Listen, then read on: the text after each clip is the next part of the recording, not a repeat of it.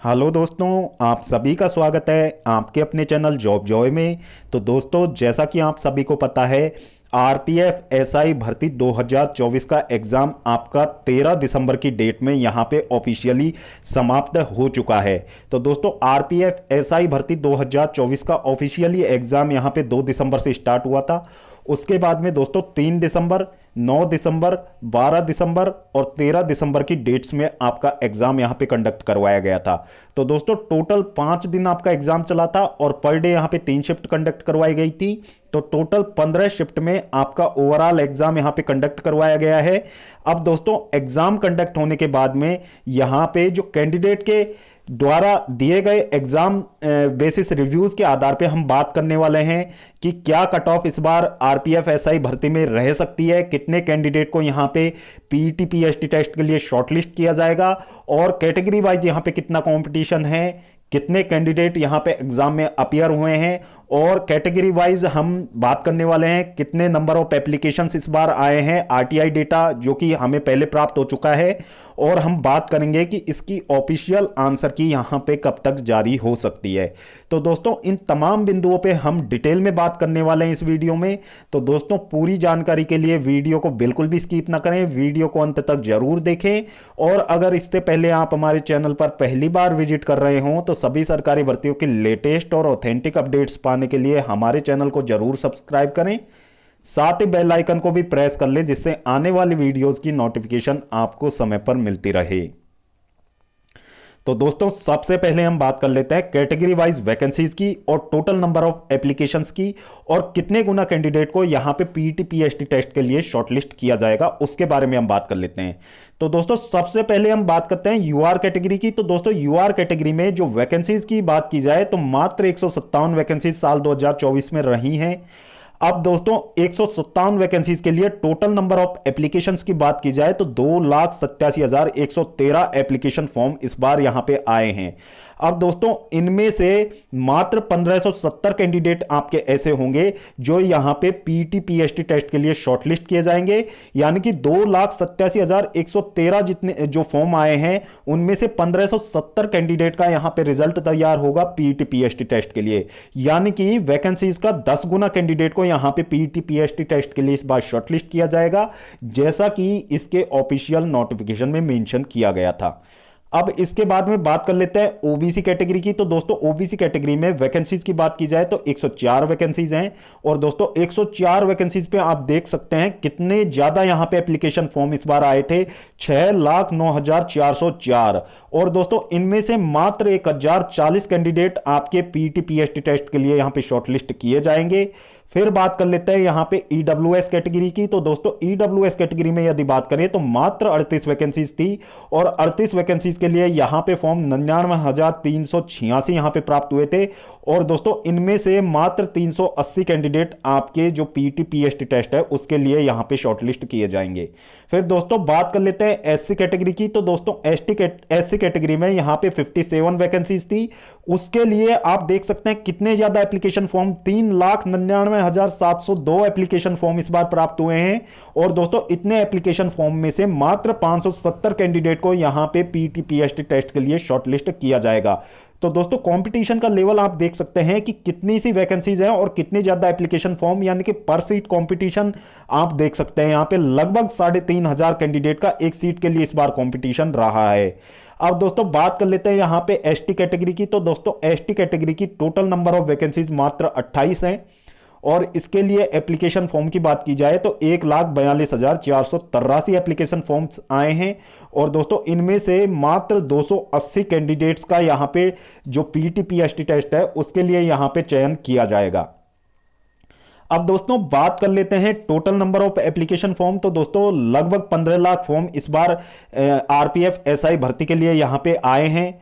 और दोस्तों, बात कर लेते हैं अब 15 लाख फॉर्म आने के बाद में जो एग्जाम में अपियर हुए कैंडिडेट की संख्या की यदि बात की जाए तो दोस्तों, जो न्यूज़पेपर में खबर निकल के सामने आ रही थी आरआरबी अजमेर जोन की, उसमें बात की गई थी।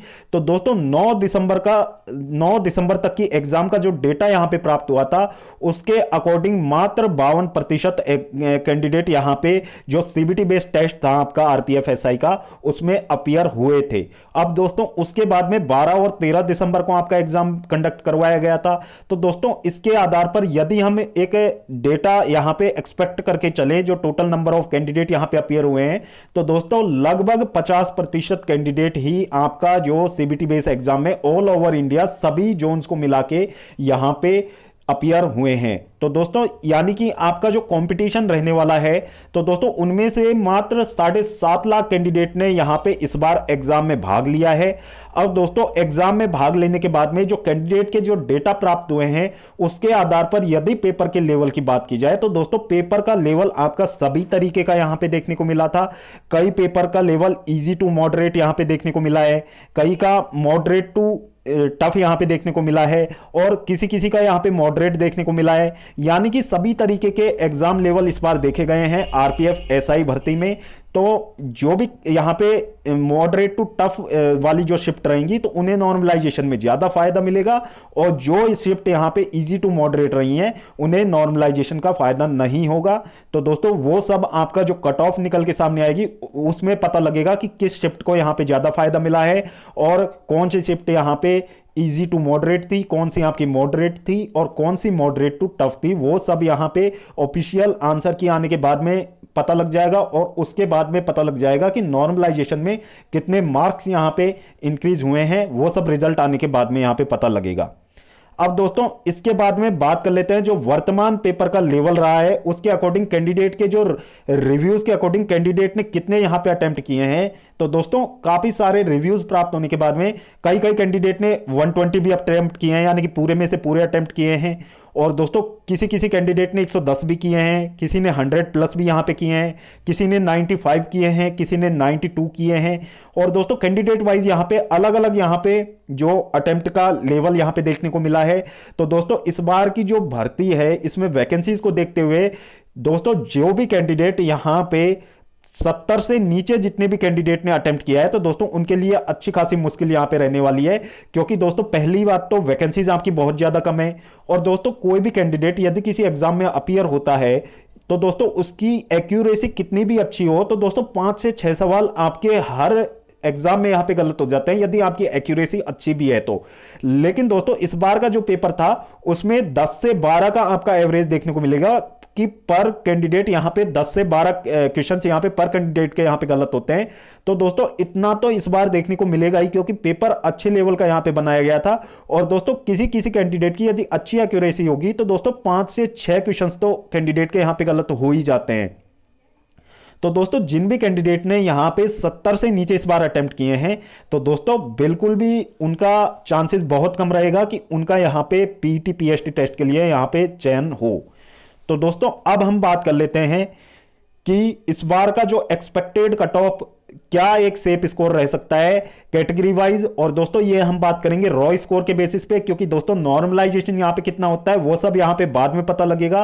तो दोस्तों हम सेफ स्कोर की बात करें, जो एक्चुअल रॉ स्कोर कितना यहां पे कैटेगरी वाइज सेफ स्कोर रह सकता है। तो दोस्तों सबसे पहले हम बात कर लेते हैं cut off for male candidate, एक एक्सपेक्टेड कट ऑफ की रॉ स्कोर के बेसिस पे। तो दोस्तों यूआर कैंडिडेट में यूआर कैटेगरी में यदि कैंडिडेट का रॉ स्कोर यहां पे 92 95 यहां पे बन रहा है, प्लस माइनस 2 का आप वेरिएशन ले सकते हो। यदि इस रेंज में आपका यहां पे स्कोर बन रहा है, तो दोस्तों आपको पीईटी पीएचडी टेस्ट की तैयारी में यहां पे लग जाना चाहिए।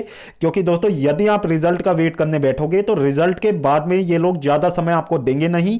क्योंकि दोस्तों पिछली बार भी जब रिजल्ट आया था, तो उसके जस्ट बाद ही यहां पे पीईटी पीएचडी टेस्ट यहां पे कंडक्ट होना चालू हो गए थे। तो उसके बाद में आपको ज्यादा समय यहां पे नहीं दिया जाएगा। तो दोस्तों जिन भी कैंडिडेट को लग रहा है कि हमारा स्कोर इतना यहां पे बन जाएगा, तो दोस्तों वे कैंडिडेट यहां पे पीटी पीएचडी टेस्ट की तैयारी में निश्चित रूप से लग जाएं। क्योंकि दोस्तों आपका यहां पे जो सीबीटी बेस एग्जाम में पीटी पीएचडी टेस्ट के लिए निश्चित रूप से इस बार चयन कर लिया जाएगा। और दोस्तों अब बात करते हैं ओबीसी कैटेगरी की। तो दोस्तों ओबीसी कैटेगरी में यदि मेल कैंडिडेट का 85 से 90 तक यहां पे रॉ स्कोर बन जाता है, प्लस माइनस 2 का आप वेरिएशन ले सकते हो, तो दोस्तों सेफ साइड मान सकते हैं आप इसको। तो आपको यहां पे पीटी पीएचडी टेस्ट की तैयारी यहां पे निश्चित रूप से करनी चाहिए। इसके बाद में दोस्तों बात कर लेते हैं ईडब्ल्यूएस कैटेगरी की। तो दोस्तों ईडब्ल्यूएस कैटेगरी में यदि जो मेल कैंडिडेट है उनका स्कोर यहां पे 82 85 बन रहा है, +-2 का आप वेरिएशन ले सकते हो। यदि इतना रॉ स्कोर यहां पे कैंडिडेट का बन जाता है तो दोस्तों बिल्कुल सेफ साइड में रहेंगे, आपका पीटी पीएसटी टेस्ट के लिए यहां पे चयन कर लिया जाएगा। फिर दोस्तों एससी कैटेगरी की यदि बात की जाए तो एससी कैटेगरी में यदि 75 से 80 तक कैंडिडेट का यहां पे रॉ स्कोर बन रहा है, +-2 का वेरिएशन ले सकते हो। यदि इतना स्कोर आपका बन रहा है तो आपको पीटी पीएसटी टेस्ट की तैयारी निश्चित रूप से करनी चाहिए, आप बिल्कुल सेफ साइड में इस बार रहने वाले हो। फिर दोस्तों बात करते हैं यहां पे एसटी कैटेगरी की। तो दोस्तों एसटी कैटेगरी में यदि कैंडिडेट का रॉ स्कोर यहां पे 70 से 75 यहां पे बन रहा है, +-2 का वेरिएशन ले सकते हो। यदि इतना आपका रॉ स्कोर यहां पे बन रहा है तो दोस्तों आपके बहुत ज्यादा चांसेस रहेंगे कि आपको यहां पे पीटी पीएसटी टेस्ट के लिए शॉर्टलिस्ट किया जा सकता है। इसलिए आपको ज्यादा समय बर्बाद ना करते हुए अपने पीटी पीएसटी टेस्ट की तैयारी निश्चित रूप से इस बार करनी चाहिए। अब दोस्तों ये तो हो गई मेल कैंडिडेट की कट ऑफ। अब दोस्तों फीमेल कैंडिडेट की यदि हम बात करें, क्योंकि दोस्तों आरपीएफ एसआई भर्ती में आपके मेल और फीमेल कैंडिडेट की अलग अलग कट ऑफ यहां पे जारी की जाती है। तो दोस्तों फीमेल कैंडिडेट की यदि हम बात करते हैं तो दोस्तों यूआर कैटेगरी में जो भी फीमेल कैंडिडेट हैं उनका रॉ स्कोर यहां पे 85 से 90 तक यहां पे बन रहा है, +-2 का वेरिएशन ले सकते हो। यदि इतना स्कोर आपका बन रहा है तो आपको पीटी पीएसटी टेस्ट की तैयारी इस बार निश्चित रूप से करनी चाहिए, आप बिल्कुल सेफ रहने वाले हो यदि इतना स्कोर आपका बन रहा है तो। फिर दोस्तों बात कर लेते हैं यहां पे ओबीसी कैटेगरी की। तो दोस्तों ओबीसी कैटेगरी में यदि कैंडिडेट का रॉ स्कोर 82 85 के बीच में यहां पे बन रहा है तो दोस्तों निश्चित रूप से जो आपको पीटी पीएसटी टेस्ट की तैयारी करनी चाहिए। फिर दोस्तों बात करते हैं यहां पे ईडब्ल्यूएस कैटेगरी की। तो दोस्तों ईडब्ल्यूएस कैटेगरी में यदि किसी फीमेल कैंडिडेट के 75 से 80 के बीच में यहां पे रॉ स्कोर बन रहा है तो आपको निश्चित रूप से पीटी पीएसटी टेस्ट की तैयारी करनी चाहिए। आपके बहुत ज्यादा चांसेस रहेंगे कि आपका जो सीबीटी यहां पे क्लियर होने के बहुत ज्यादा चांसेस हैं। फिर दोस्तों बात कर लेते हैं एससी कैटेगरी की। एससी कैटेगरी में यदि किसी फीमेल कैंडिडेट के 72 75 यहां पे रॉ स्कोर बन रहा है, +-2 का आप वेरिएशन ले सकते हो। यदि इतना रॉ स्कोर आपका बनता है तो दोस्तों आपको यहां पे पीटी पीएसटी टेस्ट की तैयारी में लग जाना चाहिए। फिर दोस्तों बात करते हैं यहां पे एसटी कैटेगरी की। तो एसटी कैटेगरी की यदि बात की जाए तो दोस्तों 65 से 70 के बीच में आपका यहां पे रॉ स्कोर बन जाता है तो आपको जो पीटी पीएसटी टेस्ट है उसकी तैयारी यहां पे निश्चित रूप से करनी चाहिए। तो दोस्तों ये था फीमेल कैंडिडेट के लिए जो कैटेगरी वाइज सेफ स्कोर और एक्सपेक्टेड कट ऑफ। अब दोस्तों ये हमने जो आपको कट ऑफ बताई है ये रॉ स्कोर के बेसिस पे है, यानी कि नॉर्मलाइजेशन में ये कट ऑफ थोड़ा इंक्रीज भी हो सकता है। तो दोस्तों रॉ स्कोर के बेसिस पे हमने आपको एक जो एक्सपेक्टेड कट ऑफ का रफ आइडिया यहां पे दिया है। अब दोस्तों बात कर लेते हैं आरपीएफ एसआई भर्ती जो एग्जाम है उसका आंसर की यहां पे कब तक जारी हो सकता है।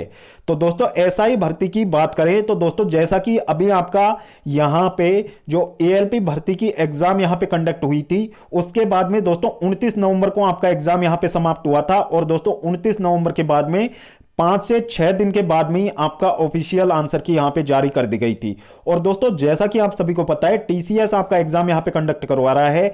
तो दोस्तों यहां पे टीसीएस एसएससी का भी एग्जाम कंडक्ट करवाता है तो उसमें भी आप देख पाते हैं कि ज्यादा से ज्यादा 7 दिन का डिले यहां पे टीसीएस करता है और आंसर की यहां पे जारी हो जाती है। तो दोस्तों उसी के आधार पर यदि देखा जाए तो आंसर की आपकी जो एग्जाम समाप्त होने के बाद में 5 से 7 दिन के अंदर अंदर आपकी आंसर की यहां पे जारी कर दी जाएगी। तो दोस्तों आंसर की आने की डेट की यदि हम बात करें तो 18 से 20 दिसंबर के बीच में, या तो 18 दिसंबर तक आपकी आंसर की जारी हो जाएगी, 18 दिसंबर को नहीं होती है किसी कारणवश तो दोस्तों 20 दिसंबर तक आपकी आंसर की यहां पे निश्चित रूप से जारी कर दी जाएगी, जिसमें सभी कैंडिडेट अपना रॉ स्कोर आसानी से कैलकुलेट कर पाएंगे। लेकिन दोस्तों पेपर का जो लेवल है उसको देखते हुए यदि इतना यहां पे कैटेगरी वाइज कैंडिडेट का स्कोर बन रहा है तो दोस्तों आप अपने आप को सेफ मान सकते हैं और उसके बाद में दोस्तों आपको अपने पीटी पीएसटी टेस्ट की तैयारी यहां पे निश्चित रूप से शुरू कर देनी चाहिए। तो दोस्तों वीडियो देखने के लिए धन्यवाद। वीडियो पसंद आई हो तो वीडियो को लाइक करें और अपने दोस्तों के साथ जरूर शेयर करें। और अगर इससे पहले आप हमारे चैनल पर पहली बार विजिट कर रहे हों तो सभी सरकारी भर्तियों की लेटेस्ट और ऑथेंटिक अपडेट्स पाने के लिए हमारे चैनल को जरूर सब्सक्राइब करें, साथ ही बेल आइकन को भी प्रेस कर ले जिससे आने वाली वीडियोज की नोटिफिकेशन आपको समय पर मिलती रहे। तो दोस्तों इस वीडियो में फिलहाल इतना ही, जल्द मिलते हैं एक और नई सरकारी भर्ती की लेटेस्ट और ऑथेंटिक अपडेट के साथ। तब तक के लिए स्वस्थ रहें, तंदुरुस्त रहें और अपनी फ्यूचर एग्जाम्स की प्रिपरेशंस को जारी रखें।